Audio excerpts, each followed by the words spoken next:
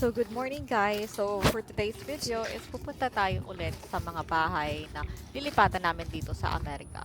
So first stop natin is itong bahay na to. So yung type ng bahay na to is para siyang modern farmhouse na bahay. So yung neighborhood talaga as isa sa mga tinitingnan namin sa paglipat ng bahay. So far madami dito mga malalaking bahay and excited na ako na i-tour tong bahay na to sa inyo.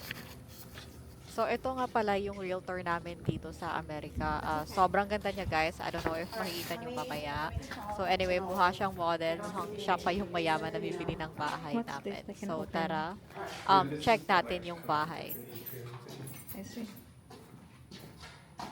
So, yung kasama ko pala, guys, mag-tour dito is yung family ko dito sa US. And sabi ko sa kanila na magkanya-kanya na lang kaming tingin. So, una, ito yung titingnan natin is ito yung laundry room ng bahay na to. Tapos ito naman is yung garage door. Di na namin binuksan kasi Oh, hindi it's a pa talaga garage. fully tapos. Tapos next naman is pupuntahan natin is isang bedroom. Bedroom 1. Sobrang liit lang siya at may sarili na siyang CR niya. It's not bad. So, yung next naman natin na pupuntahan is ito daw yung master's bedroom dito. So, pagpasok mo is makikita mo, malaki na rin siya and may sarili din siyang CR niya. Sobrang laki ng CR nito sa personal. Like, sobrang haba ng mga lababo. Sorry. So, yeah, maganda rin yung ang closet niya, the way na pagka-design. So, yung next naman natin na pupuntahan is yung study room dito sa bahay na to. So, guys, sa personal, pagpunta nyo dito is sobrang taas ng ceiling niya. Like, sobrang high ceiling niya. And then, after this one is pupunta naman tayo sa taas to check more other rooms. So, I believe may limang rooms to siya, bedrooms. Dalawa sa baba and tatlo sa taas. So, i-check natin ngayon yung isang bedroom pa dito sa taas. So, ito yung magiging third room. And lahat ng bedrooms dito ay may kanya-kanyang CR, which is sobrang okay talaga, lalo na kung madami kayo sa bahay para hindi na sharing yung CR. Tapos, ito naman yung view dun sa gitna. Hindi ko alam anong tawag dun. Basta, yun. So, dito naman is punta tayo sa Oh my God. pangalawang Sobrang room dito putang sa ina. taas. Sorry kung nagmumura ako, guys, kasi like sobrang nakakaano talaga, like ang laki talaga ng bahay sa personal. And then medyo para siyang maze. So, parang medyo nawawala ako kasi sobrang dami niyang mga pintuan. So, ito naman is closet room lang dito. And then dito siguro sa gitna is parang family room lang din or game room kung anong gusto niyong design na ilagay dyan. And then, next naman is pupuntahan natin itong isang bedroom pa sa taas. Ito yung pangatlong bedroom sa second floor. And ito naman yung CR niya.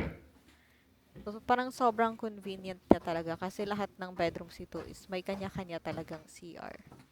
Tapos, meron din pala silang theater room or media room kung saan dun yung guys pwede kayong manood ng movies, dun yung lagay yung mga TV nyo. So, parang malaki talaga siya sa taas. And then, check pala natin yung sa backyard niya. Sobrang high ceiling din ng backyard niya. So, ito yung view. Sobrang ganda nito. Kasi parang pag nasa baba ka, parang sobrang lawak sa taas. So, pupunta naman tayo ngayon ulit sa baba. So, gusto ko pala i-check kung anong meron sa gitna ng bahay. Yung parang open space doon. So, sabi ng realtor namin is pwede siyang gawin mo ring tambayan, lagyan mo ng parang fake grass or something doon. Tapos, ayun nga, parang for hangout talaga sa gitna. So, check ko rin kasi parang, alam mo to, yung parang maliit na bahay dito. Hindi ko alam ano yan siya. So, i-check natin. Okay. Sarado. Medyo lock siya. So, ito nga pala yung open space sa gitna. And then, ito din yung front house pala if pupunta ka sa loob ng bahay. Mukha lang siyang maliit, guys. Pero pag once, pagpasok nyo, sobrang laki niya and sobrang lawak niya. So, ang alam ko, ang sukat ng bahay nito is more than 5,000 square feet meters. So, yun. Sobrang laki niya talaga. Mukha lang siyang maliit. Parang, ewan ko ba yung mga style dito sa Amerika ng bahay. Akala mo maliit lang. Pero pag once pagpunta mo sa loob, sobrang lawak. Sobrang lawak at sobrang laki pala niya. So, ito pala yung gusto ko dito. Gustong-gusto ko yung door na to. Kasi, ewan ko, parang unique lang siya. And then, ito naman yung kitchen. So, sa personal, sobrang laki at lawak din niya. Tapos, ito naman yung living room. Tapos, dito naman lalagay yung dining room. So, ito naman guys sa likod. Parang pwede mo rin siyang gawing tambayan or kung mag-grill ka or anumang trip. So, ayun lang guys. Thank you sa panonood and please subscribe if you want more videos like this.